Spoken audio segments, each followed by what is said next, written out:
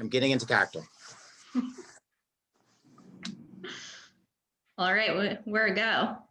Awesome. So good evening. I'm Dr. Hassan Harris, the CEO of Citizens Committee for New York City. For those of you who've not met me before, it is a pleasure to meet you virtually. It is an interesting time that we're in because you might not recognize, but my first day was March 16th, 2020. So that was the day, for those who remember, that's the day when New York City basically shut down. And as you're meeting me is basically how most of my staff knows me these days. So don't find it that, we didn't care that we haven't met in person. It's just literally, it's coronavirus. So we want to give you a virtual hug. We want to reach out to you that you feel connected. You guys are part of an elite group that has been invited to consider a special opportunity. I'm going to frame it a little bit, but this is the end of my introduction of myself. If you want to contact me, I already put in the chat the signature of my email. So just put R Harris in front of the @citizensnyc.org. You can contact me directly. That's my real cell phone number in there. So feel free to reach out if you ever have a question or just want to say hi. I'm probably the person that's going to say, hey, how's it going? And then direct you to the program team who could really answer your question. But I really like being connected to folks because I really want to know what's going on in community. I am a Harlem resident. Just a little bit about myself. I am a Dr. Hassan Harris because I got a PhD in public and urban policy. I am a father of a 6 going to be 7-year-old. And, I believe in the future of New York City, and we are investing in you because we know that you believe in the future of New York City too. In the background, you'll see this New York Forever. I'll do a little plug. It is a marketing campaign like I Love New York, and you can get a badge, with your own zip code up on it or for New York City. We want to show that New York is an inclusive New York, that we're not going anywhere. And we're using this I Love New York, but really New York Forever campaign to launch a lot of the great work that we're doing to invite people into the Citizens Committee family. So more on that, potentially later, but if you see that in my signature, you'll understand it. But realize this is a platform for what you're doing to get out there to all of New York City. Why would you want to get out to all of New York City? Why would you want to grow your organization? Well, I'll tell you a little story about myself. I used to be a teacher at George Washington High School up in Washington Heights, and I was at school at Teachers College at the same time. And I had a professor who said, Rasan, the future of nonprofits and the future of education is in technology. So I'd go down into a basement and I meet this group that's called Harlem Live, a bunch of Black and Latino youth that are using, and please mute yourself because otherwise my echo, when I hear myself twice, it's hard enough to hear myself once. That's really bad. That we're going to change the future by telling their own stories in journalism and photography and web design and kind of creating their own narrative. And they had this really passionate founder, executive director, but he did not like writing grants. He did not like his, financial filings. He didn't do any of it. And what I came in as is the guy, I didn't know how to build a website. I didn't know how to really be a great journalist, but I was passionate enough to learn how to run a nonprofit. So I helped them file for a 501c3. I helped them do their tax filings that they needed to. I helped them put together a budget, and I became a student of nonprofit management. That led me from going to be a teacher to become an executive director of a technology center. That led me to working in philanthropy. That led me eventually to being the CEO of Citizens Committee. So there is a whole industry and piece of knowledge that you can get on nonprofit management that is not why you got into the game in the first place. I didn't get into the game because I was passionate about all the things I talked about. Got into the game because I wanted to change things, and particularly for communities of color, but to make sure that all people had access to opportunity.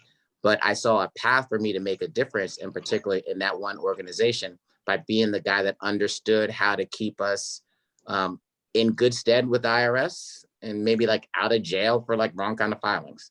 So I'm excited that we have this partnership with the nonprofit finance fund that's going to allow us to give like tips, the rules of the road, to create a cohort of all of those skills so that you can take what you're doing to the next level if you so choose. You know, everyone has their own path, and we want you to really choose the one that's for you. But I can tell you, you know, I am, you know, I'm not only the CEO, I'm a client.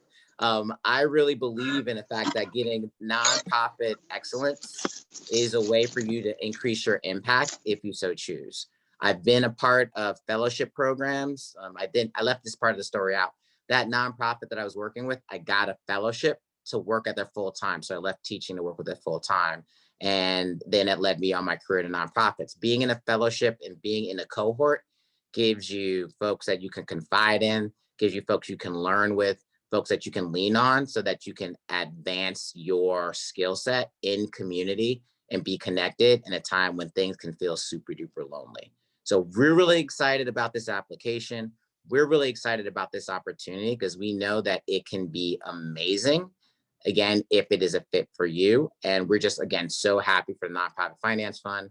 And I think I'm tossing it to Katie for just all the wonderful things she's going to tell us about what we do. But if you remember nothing else, take a hard look and figure out how can operational excellence take what you're doing to the next level. Amazing. Thanks, Rasan. I feel like we're done. Like, that's it. You said everything we need to say. No, I'm just kidding. But it's so good to see you all and so many familiar faces. And of course, my dog is barking. So welcome to work at home. He would like to say hello as well. But he just likes to protect our home. It's great, Katie. I think there's people are feeling this connection to you. So this is fantastic.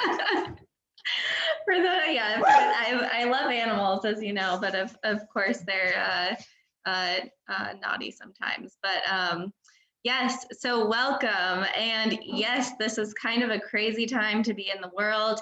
You all are on the ground doing such important work. So just such a privilege to see all of you and have you all in one room. And really, as Rasan said, kind of this cohort model that we're excited to move forward with and kind of building community in that way, where you all are in this moment of doing work that you want to grow, whether you're a 501c3 or applying to be one.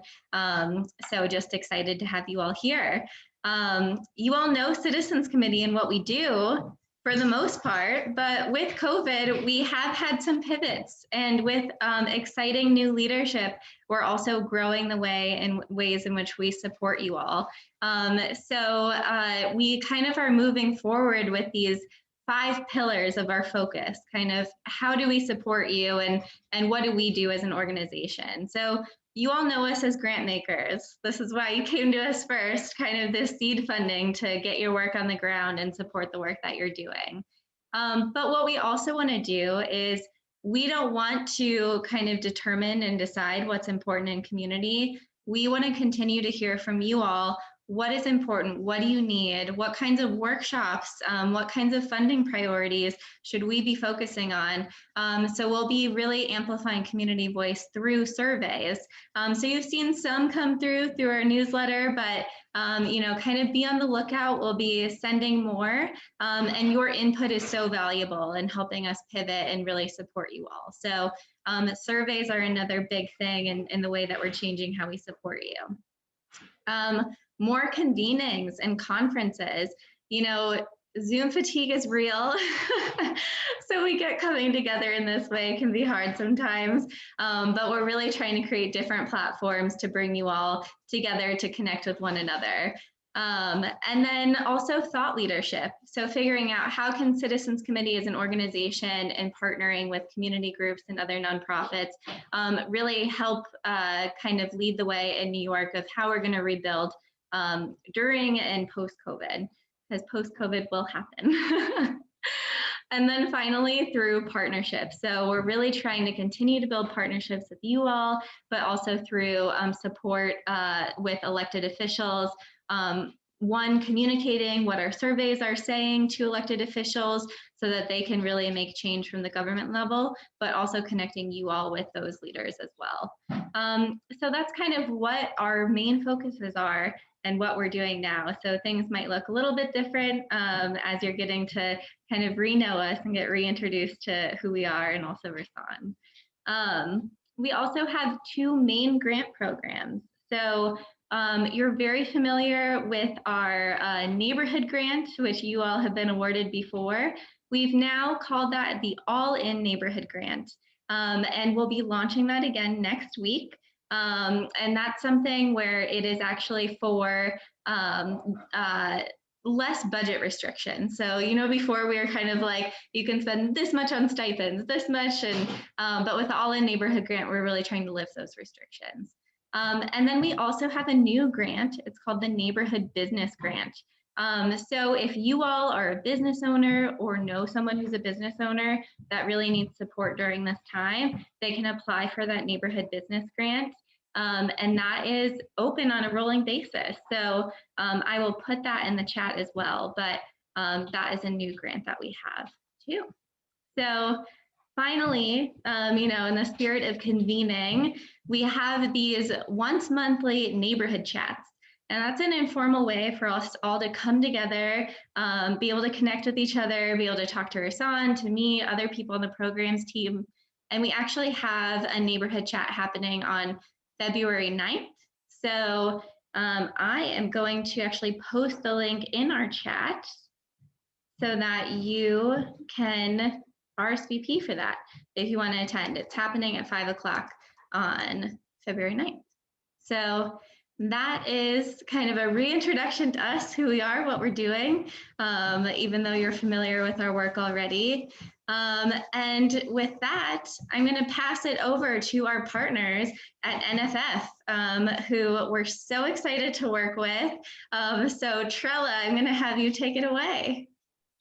Thank you so much, Katie and Rasan. We really appreciate you all inviting us here, and thank you to each and every one of you who took time out of your day to engage with us.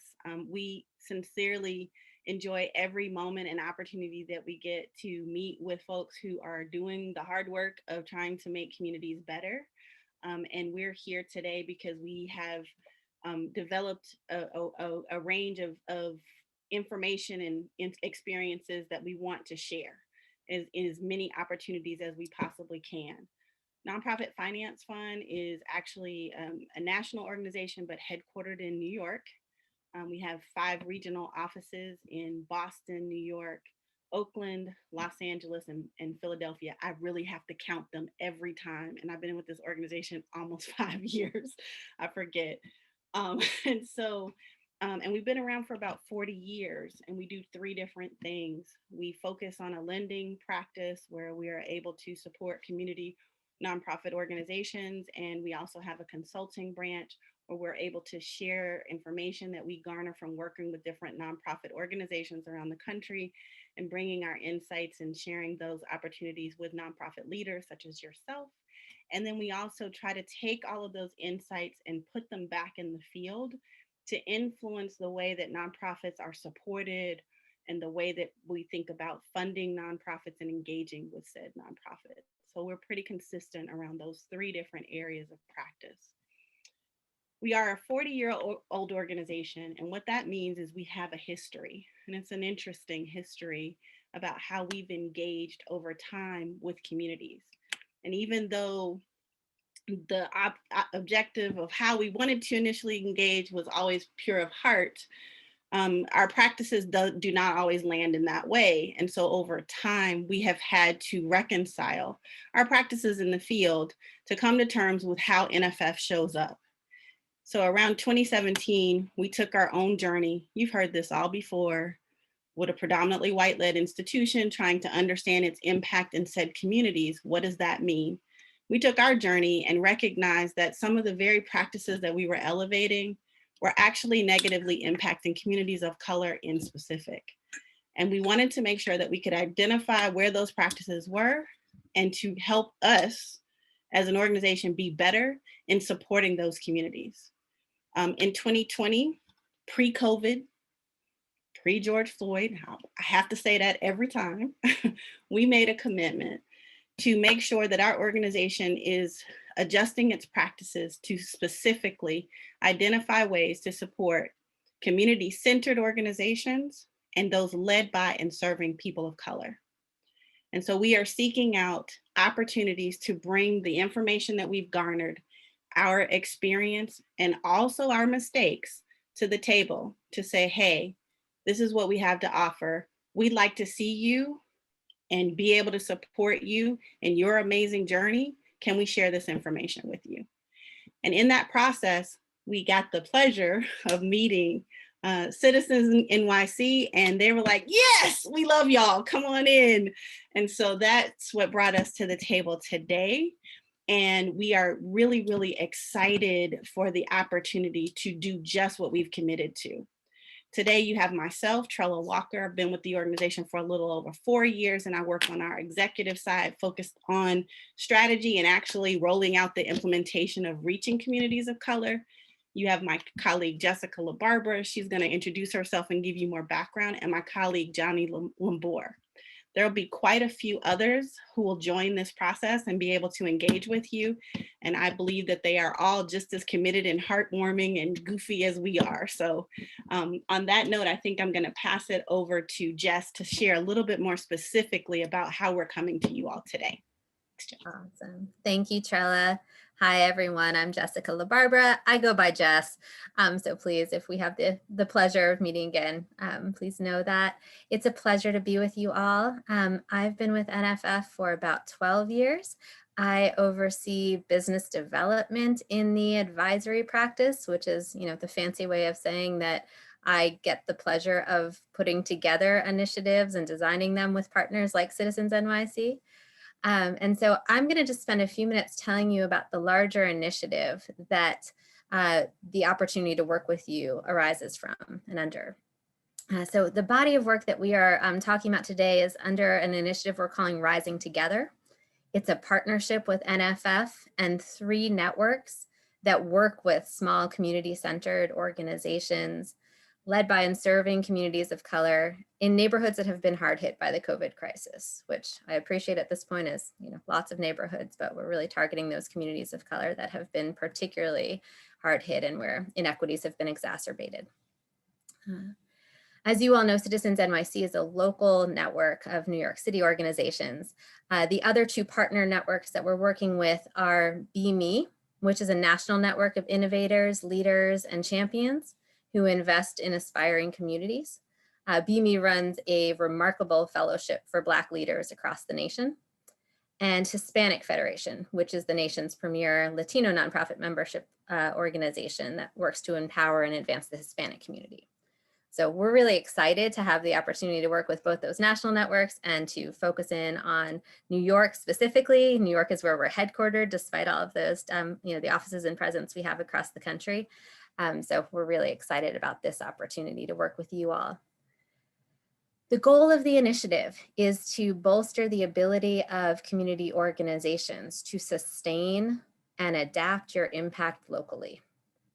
That's a pretty audacious goal, but the supports that we're trying to provide to enable that are around sharing financial knowledge, sharing support and thought partnership, and passing through unrestricted operating money, which we know is the most critical type of funding and often the hardest to come by. So, this initiative involves financial technical assistance, which my colleague Johnny is going to describe a bit more in detail in a few minutes, as well as unrestricted grants for your organizations.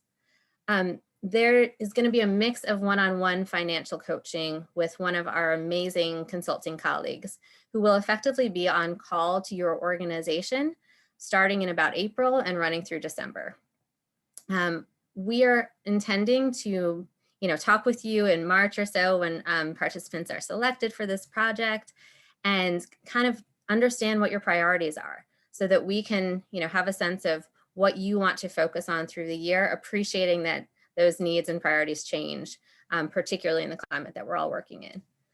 The type of supports that we provide are really financially oriented around not necessarily setting up like charts of accounts and really technical accounting things, but more in terms of helping you to identify, quantify financial needs, being a thought partner as you consider growth or sustaining your work and what that looks like in financial terms, what that requires, or potentially around building that financial and operational strength around tools and planning and systems and all of that. Additionally, there's going to be widespread opportunity for sharing financial tools and best management practices, as well as some opportunity to come together in community. We're anticipating a cohort of about 10 organizations from CitizensNYC in this work, and hoping to bring folks together 4 or 5 times throughout the year to dig deeper into current priority issues that are coming up for a lot of the organizations engaged in partnering with us, talking about how to employ tools, building community of community leaders that are in similar places, so that we are also supporting an ongoing network of support for you all to leverage in the future. Before I pass the mic on to others, I just want to share, for the sake of transparency, this work was funded by Morgan Stanley. And I don't know how many of you on the phone write grants, but this was one of those instances where I've been doing this for 12 years, writing grants. The funder came to us and said, don't actually bother putting together a full proposal, just send us an outline. And for those of you who work with funders, in my mind, I was like, okay, so they're not interested in funding us. And so I took that as a sign to, I'm just going to write to them and tell them exactly what we want to do. And, so be it, nothing to lose. And so what we designed was this proposal to work with network partners who had relationships with community-centered organizations on the front lines, and to really not only provide truly responsive financial TA supports that weren't defined by the funder, but were defined by the community members, and to ensure that we were pairing that with flexible money, because we know that far too often small community-centered organizations get TA in lieu of the financial resources they really need to do the work. And so, all this to say, Rosanna and Katie have heard me say this, I was frankly floored when Morgan Stanley not only came back and said, yes, we'll fund this work, but also you don't have to write a full proposal. The outline was good enough. Like, you all know that does not happen. So this has just been a really exciting opportunity for us from the beginning. And that's a long-winded way of saying that across our organization, we're really excited to partner in this work. We really want this to be a true partnership. We want to be responsive and supportive. So if you take nothing else away from this, I hope you take away that, this is really about how can we wrap our, our knowledge and our resources around you all to be of support. So before I think Katie gets into the, the technicalities, Rasan, I'll just pass it back to you for a minute. And yeah, why do you all agree to work with us? No. I just wanted to really hop in on what you just said, Jess, about being real and being able to get feedback. Thank you for your partnership, Trella. Thank you for your opening. This is literally, I'm speaking directly in the camera to all of our grantee partners, like literally tell us what you need. We're designing this as we're going along. We're picking a cohort. The most successful cohorts are those that are honest with the, let's call it the fellowship or cohort designers, and they're honest with each other, because we lift each other up by being real and by getting into the problem solving. All the pomp and circumstance and, that doesn't really make the impact. The impact is when we're real and we can attack what the problems are out there. So even as we're in this orientation, please let us know some of the questions that you have so that we can make sure that we try to address them as we're designing this. And again, we want to make you guys rock stars, even more so than you already are. We want to unleash your superpowers. And it's a combination of like purpose and practice that really helps folks to get their impact. And we just want to make sure that we're helping y'all do that. So Katie. Awesome. Yes. And kind of thinking about why did we partner with NFF? When they all came to us, one, they're amazing people, like so much fun to work with. So you all, you're going to have be able to tap into that expertise and partner with them. So we just really appreciate kind of the transparency that they lead with, that we hope to continue with you all as well. But another wonderful opportunity with this is, us as funders, we recognize we give small grants, but funding isn't everything. And you all are kind of on that growing edge of, you are a 501c3 or applying to be a 501c3, and you are growing so quickly. So funding is awesome, but how can we support you all in also sustainable structure? so that you can keep having such a large impact. And so we're just really excited with this grant application, and I'll go into some details, but it's really focused on tapping into these workshops and this resource, and the funding is kind of a cherry on top. It's not a small amount, it's up to $15,000, and that is general operating funds. So that is no strings attached. You know, do continue to do the awesome work that you're doing. With the application, and for these, before I go into the application guidelines, I just wanted to pause and see if anyone had any questions, either with the NFF partnership, kind of the general cohort, anything that comes to mind, wanted to see. And you can put it in the chat. There's also like a emoji that you can do. So if you see the reaction at the bottom, you know, you can just do a thumbs up or something, respond his little face. So any questions so far? And no questions is awesome too. It means we're being clear so far. But okay, awesome, Ronisha.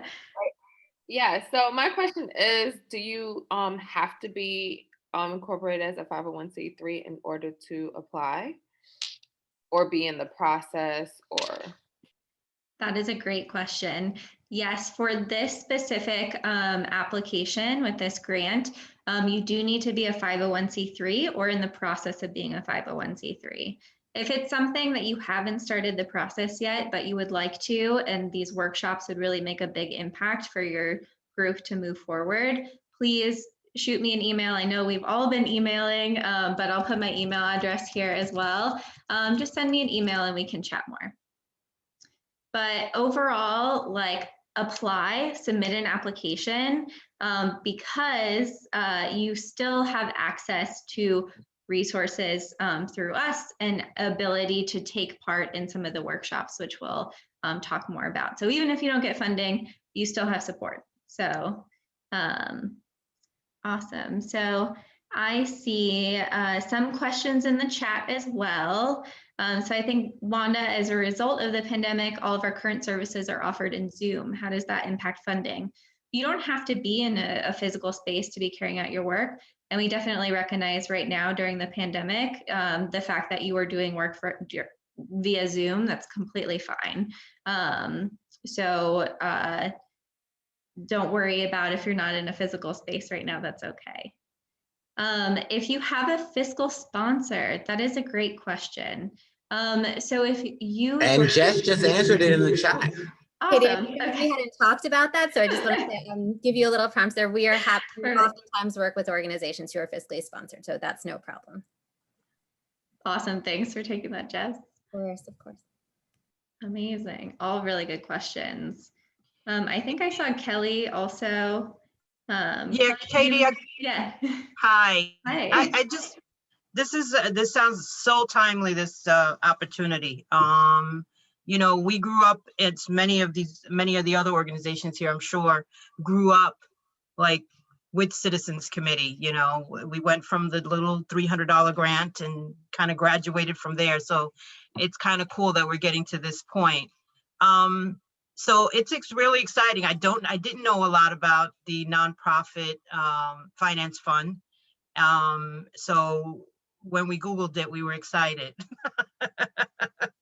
But the other thing is, you know, in terms of the general operating, which is definitely gold for a growing nonprofit, I was wondering if there was any thought to, in terms of the providing the technical services or the on that end, how do you transition getting a one-time general operating grant into a regular investment in your organization from some foundation, not necessarily the nonprofit, you know, finance fund, but how do we get, you know, how do we translate, you know, grant? Because I can write all day long about our programmatic work and get somebody excited about what we do. I think one of the things I know I need help with is how do you communicate general operating as something that warrant, you know, that deserves or whatever, or, you know, can get you an investment from a foundation or some source that gets you a longer term commitment. You want me So to take? if I can, Charlotte, I'll go first and then I'll let you officially do it. So one of the reasons why I told you that story about me starting out in a computer lab and trying to figure out from this guy how to like grow his organization was, you know, there are certain things that every organization needs to grow, and it's consistent investment. The more restricted funding you get, the more you're running around doing reporting and not necessarily funding the parts of your organization that help you grow. It's a pain. And I remember early in my career, just like praying, like, oh, how can I just write that great grant to the Ford Foundation so that they'll give me a 3-year commitment of $100,000, you know, every year, so that I can just do what I need to do. And not the unfortunate, the reality is it takes time to build a relationship for someone to trust you, to give you multi-year funding. It takes time for them to give you a huge check, and it takes time for, you know, them to, it takes relationship. There's no one piece of paper that you're going to send somebody that's automatically going to make them catch religion.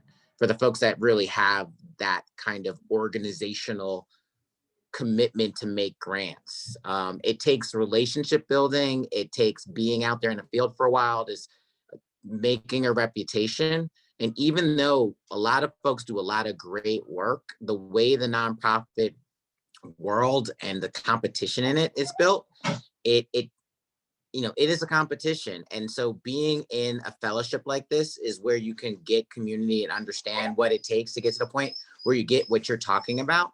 There are particular nonprofit associations and grant making associations. You know, I'll put them in the chat, but grant making for effective organizations. NCRP is another one. I think the Center for Effective Philanthropy. There are some responsible folks that educate grant makers that tell them, hey, it's good for you to do general operating. That's better than doing restrictions. And it's better to give you multi-year funding. And folks recognize that that's important.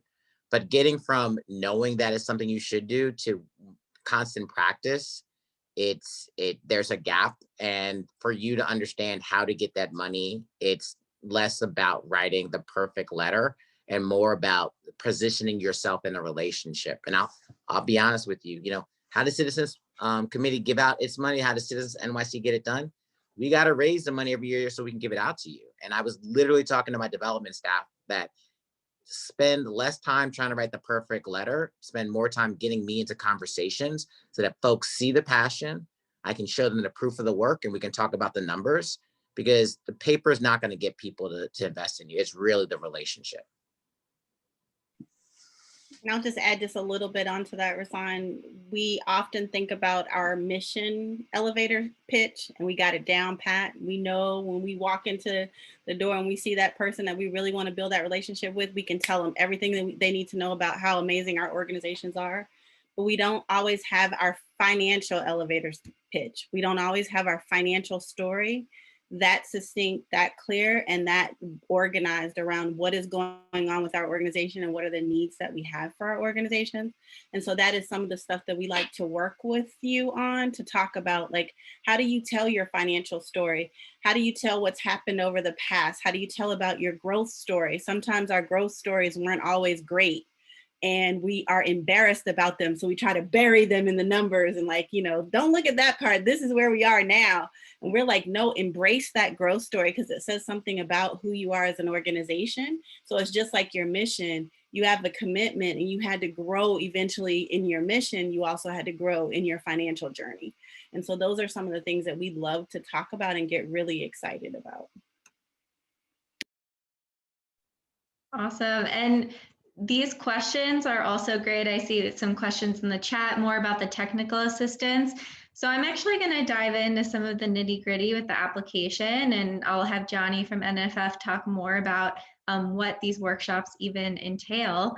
But if more questions come up, feel free to put them in the chat and we will definitely have time at the end to get to them. But with the application, So who should apply? Who should be submitting? We've invited all of you to apply because we know you're doing really impactful work. We recognize with COVID, sometimes the work might be paused or changed, but we would like to see applications from groups that have 501c3 status, or you're planning to register as a 501c3. Or if you have a fiscal sponsor, as I have learned today.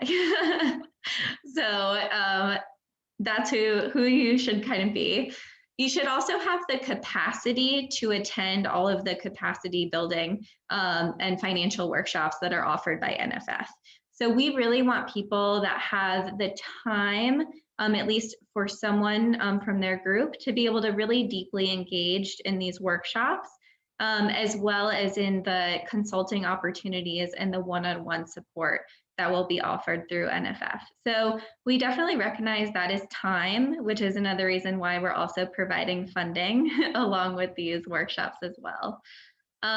So again, with the application, kind of these grants are the cherry on top. So we will provide up to $15,000 for general operating funds, but really this capacity building is the core of what is offered through this opportunity. So the beauty of it is everyone who applies has the ability to take part in some of these workshops. So we won't expect you, if we don't offer you funding, we won't expect you to attend each one of the workshops, but you will have access to that. So apply. Definitely you will get some sort of support out of submitting an application. So, I've talked a lot about this technical assistance in these workshops, and there are some good questions like Kelly, you were kind of really getting into the nitty gritty of like, how do we actually tell our financial story and being able to get kind of these funds every year. So I'm going to pass it over to Johnny to talk more about what is actually entailed in these workshops and this technical assistance. Absolutely. Thanks, Katie. Just want to make sure, are we sharing any slides or are we just? I got you. I will share that slide now. Appreciate it. I am a visual person, and so I am going to ask everyone to bear with me as we put up a slide here. Hopefully it's of use to everyone as well. But essentially, as we get that going, my name is John Lambor. Just for some background, I started my NFF journey in May of 2020. And so I am essentially a senior associate in the advisory services. Ultimately, what that means is I'm the one that gets to brag to my colleagues that I'll be working with you all throughout the duration of the initiative. So I'm very much looking forward for that. Before I give a brief overview on the types of support NFF will be able to offer, I do just want to highlight some pieces that have already been mentioned. Specifically around that your organization does not need to be financially sophisticated in order to participate in our initiative. We encourage all organizations to apply. Whether you feel like you're a balance sheet whisperer and have some good processes in place, or perhaps you're testing the waters and building some processes as you go. Ultimately, we're looking for organizations who are engaging in strategic planning, perhaps grappling with some questions around growth, and those who have capacity to engage throughout the initiative. I appreciate that we're all extremely busy and may feel like we're being pulled in completely different directions all the time. And so I'm going to do my best to highlight that commitment required to engage in this initiative, so then you can better assess if this is a good time for you to participate. Ultimately, our support will begin through financial strategy and management webinars. So essentially, NFF will make available a 12-part virtual webinar series on financial management topics. These topics could look like anything from strategic budgeting and scenario planning to perhaps thinking about your cash flow or how to tell your financial story, as Kelly was alluding to. These 30 to 60-minute virtual webinar offerings will be provided every 2 to 4 weeks, beginning in April. I do want to note that participation in the webinar series is open to all grant applicants, so it's not just the award winners. Also, NFF really looks at everything through a financial lens. And so as Jess had mentioned before, we are not accountants. And while we won't be able to provide any support on perhaps setting up chart of accounts, what we can help with is best practices around financial management, serving as a thought partner to you as you think about strategic planning and growth, and fostering that space for peer learning. which ultimately leads to that next portion, which is this ongoing small group meetings, this peer group coaching. So award recipients will have the opportunity to engage in anywhere between 4 to 5 small group sessions with the awardee cohort, which will be around 10 groups. These sessions will provide a space to review the webinar content, but also to bring questions to the group and share successful strategies amongst yourselves, and to discuss how to create and implement strong financial practices. Ultimately, there's value beyond listening to what NFF has to say, more so probably as you all are the experts on the ground doing the work. And so learning from each other is going to be even more valuable than what we have to offer to all of you. And so that's why this will be the opportunity to build community and engage in bridge building partnerships. This notion where we're coming together to focus on our common goals, our shared values, vision, and hopes for our communities, and bring those together to push our work forward together. The other piece of this is this individual coaching, this consulting and coaching portion. Each organization interested in receiving grant funding will also work with NFF to develop a customized plan for financial consulting support. Each grantee will work directly with an NFF consultant to scope an engagement that addresses current opportunities and supports growth. So essentially, as Kelly had mentioned, if you're grappling with how to tell your financial story effectively, where to pull that data that you already have at your disposal and how to tell that to funders, perhaps it's not even funders, maybe it's to your own staff, it's to your board, whatever that may be, pulling together that data and supporting you as how you're telling that financial story. It could also be perhaps maybe thinking about your full costs, this notion that you want to name and claim all the financial resources it takes for your organization to run successfully, not just now, but in the long term.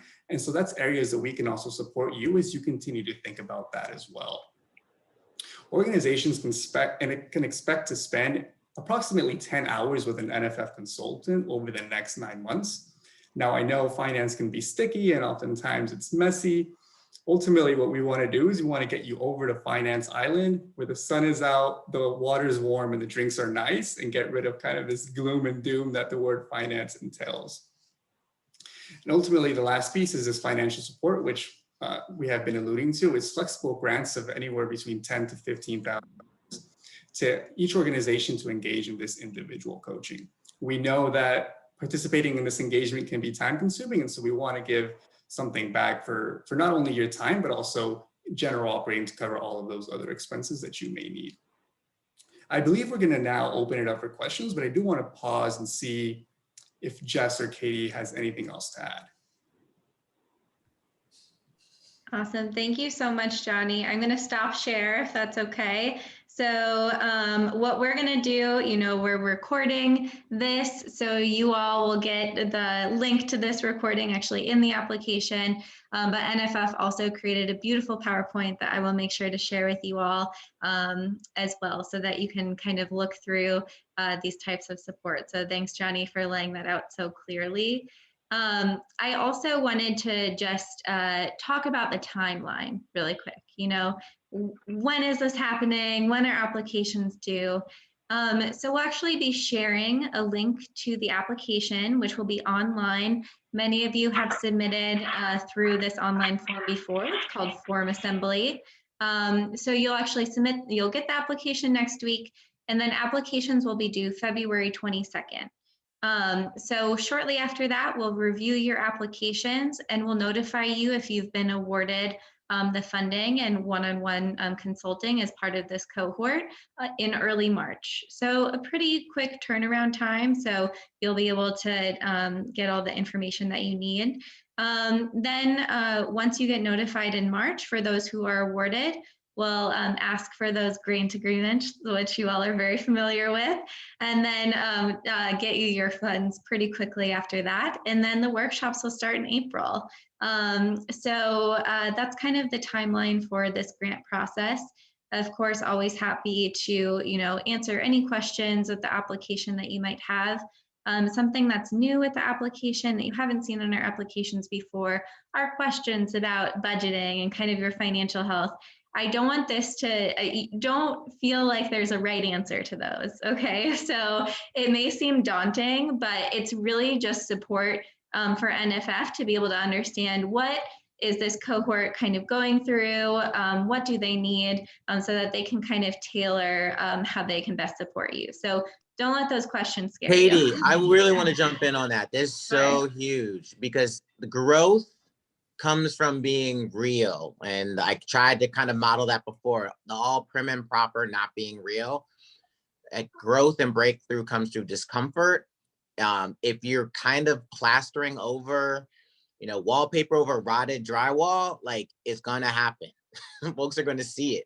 So just be real. This is the process. We care about your success. We're invested in you. And actually more realness about where you are and what's going on is very helpful for us to really see how we can be of assistance. So I know maybe funders have disappointed you in the past and you felt like you had to put on airs, but this is not that situation. So I just really want to underline, exclamation point it, circle and highlight.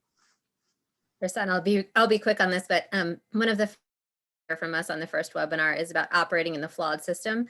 And that is just our introduction to the reality that the nonprofit system is being asked to run in a crazy way. We are never funded the full cost of our work. We are never guaranteed funding.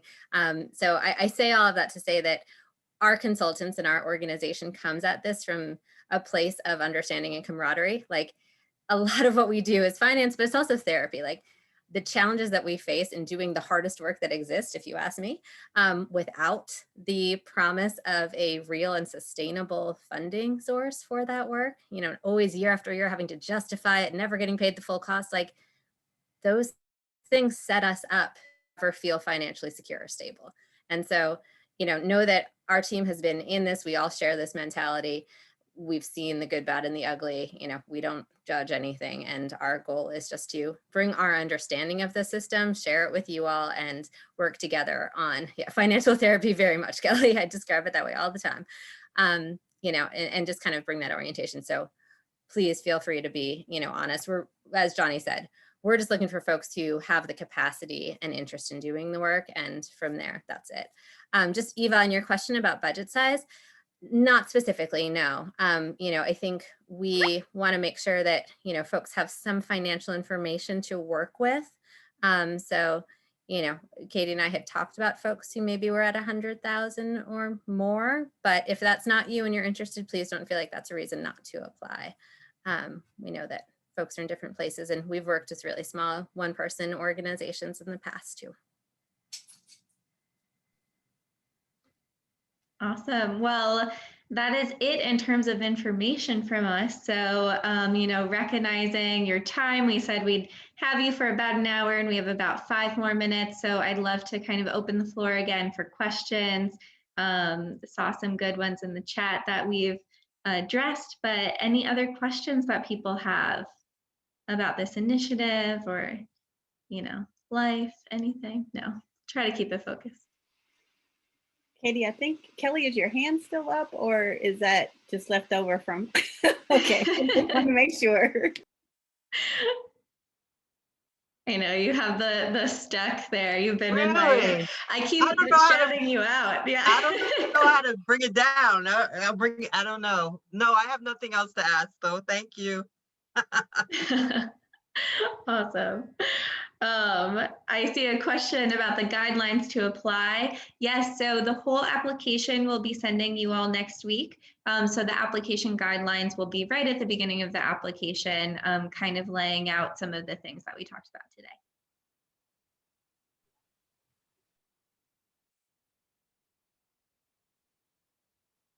It's just so good to see you all.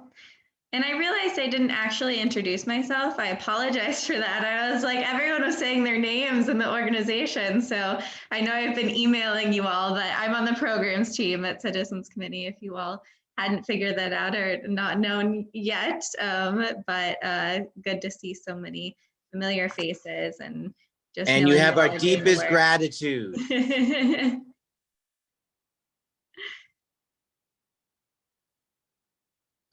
Christina, you are $100,000 too in there. Yeah, that's.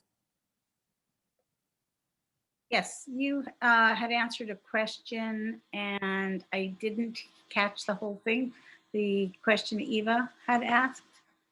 There's not a specific operating budget that we're looking at. We had talked to Katie about, potentially working with groups that were $75,000, $100,000 minimum budget, just because we want to make sure that you've got some financial information to be working with. But again, as I said to Eva, if that is not you, if you're, one person, you've got a lot of volunteer stuff. I know there was a question in here somewhere around in kind. We talk a lot about underfunded and unfunded costs and how do we represent those? How do we think about sustaining that? All of that to say, Christina, if you're under 100,000, that's not a reason not to apply. I'd just like to add to that, when you're talking about budget size, if you're at like 50,000 and nobody's being paid, that's that unfunded expense or in kind. So that would definitely make you a larger organization if you were being paid for your work. So just want to name that for you. And I want to say too, this is about growth. This is the growth mindset. So like put on paper, if what you were doing was really funded the way it needed to, I'm hiring 2 people, they got benefits, we have a space, we have IT, we might throw a couple of community events, whatever, put that together in a budget, and that gives a sense of what it looks like. And then you can see what your revenue looks like compared to what you ideally would have. And that gives you a sense of kind of what's going on. But this is really about, if people aspire to do this full time, or trying to have like a 501c3 growing organization, this is the room that you're supposed to be in. If you're not really trying to do this, just like completely your volunteerism, you take a soccer ball out, put it with kids in the middle of the field, and that's it, this is not the room for you. But if you're trying to get people paid livable wage and try to move the work forward, then this is definitely it. Yes, can I speak? Am I on? Yes, yeah, we can hear you, Christina. Yeah, I just came on board with the organization. Annalisa is going to review it tomorrow, and I'm going to speak to her. And she's fabulous, wonderful community mobile organization, which is so unique. And I came on board, and she just got the 501c3, and she needs the capacity building and how to outreach. And so I'm coming on to help her with the grants and to build her funding streams, because you need from every source, foundational, corporate, private, individual, all of the above. And so this sounds like a really good opportunity for her to really understand how to get there. Because if you don't have a goal, you don't know which way to go to get there. So, and this is really a wonderful opportunity. Yeah. I mean, that's part of the reason why I told the story I did in the first place. So that gentleman that I met, Richard Calton, had no interest in doing any of the financial stuff, but he did care about the kids a lot. And he wanted to, he knew that if we got a space, if we had more money for digital cameras, if he could get paid, then he didn't have to be a teacher part-time and do this part-time. And so we were and I was lucky to get funding, a fellowship for the Open Society Foundation back in 1999 to do that. And it ended up being a organization that had a life. The kids got to go, they got an international award in Sweden.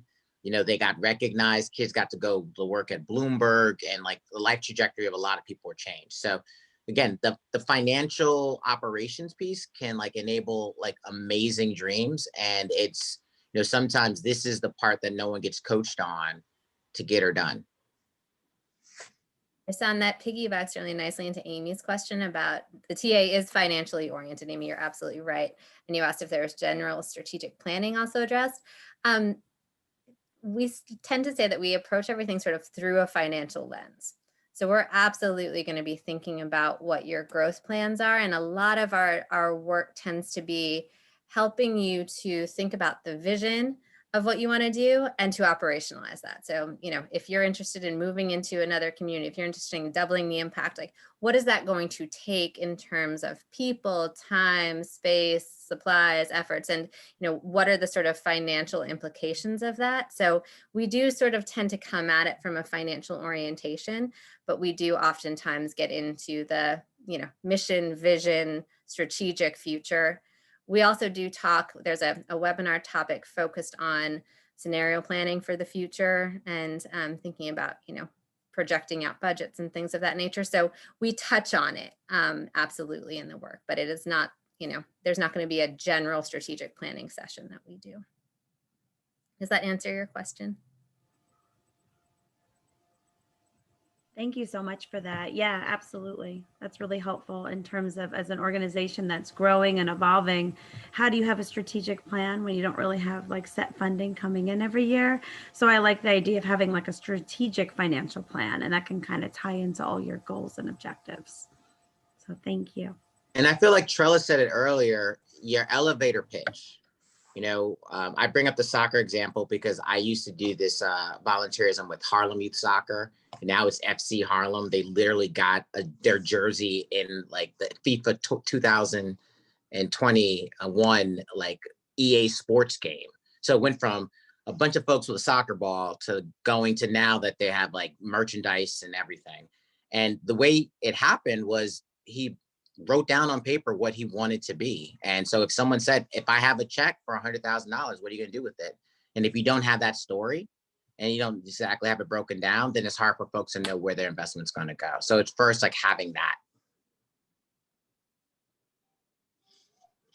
I also just put a plug again for our neighborhood chat because that's actually our focus in our February 9th neighborhood chat. We're going to be doing elevator pitches and people are going to practice with each other. So kind of perfect timing, always, always a good time to practice and hone in on it. So, I really appreciate everyone showing up, all of the wonderful questions. I know once we send the application, there may be more questions that come up. So please send me an email if anything does. And I'm always happy to get on the phone and chat as well. So yeah, we're really excited to partner with you all in so many different ways. And thank you so much to the NFF team for this wonderful opportunity and your expertise. So really super excited. So I hope you all stay safe, have a great night, and we'll all be in touch very soon. Thank you, everyone. Thank you. Thank you all all. so much, Everyone.